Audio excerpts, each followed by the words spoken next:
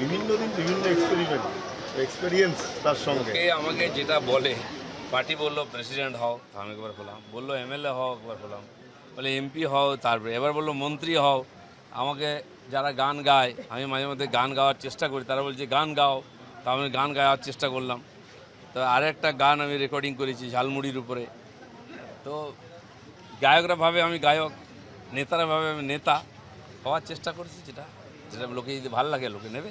আপনি তো আস্তে আস্তে অভিনেতা গায়ক সবই হয়ে যাচ্ছে। রাজনীতির নেতারা সবসময় অভিনেতা, আলাদা করে হতে হয় না। আরেকজন আদিত্য সিং বলে একজনকে আজকে অ্যারেস্ট করেছে এসটিএফ। হ্যাঁ, সেই উমেশ রায় কোথায় যেত, তার গাড়ির ছবি, তার ছেলেকে টার্গেট সবকিছু করেছিল। এটাকে হামিমকে অ্যারেস্ট করেছে, আপনি জানেন। এই ধরনের এখনো স্লিপার সেল মডিউল অ্যাক্টিভ আছে, আর এটা আজ শুরু হয়নি, এ 10-15 বছর আগে থেকেই শুরু হয়েছে। সেগুলো ধীরে ধীরে পুলিশ খুঁজে তার শেকড় বাকড় বার করছে।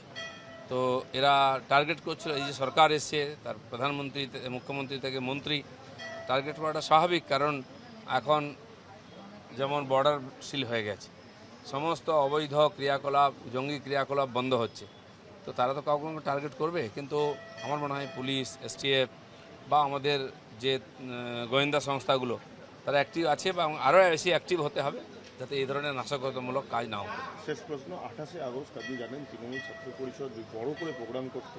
এবারে ঋতব্রতপন্থীরা তারা বলছে তৃণমূল ছাত্র পরিষদের প্রোগ্রাম করবে, এটাও কি হাতছাড়া হলো মমতা?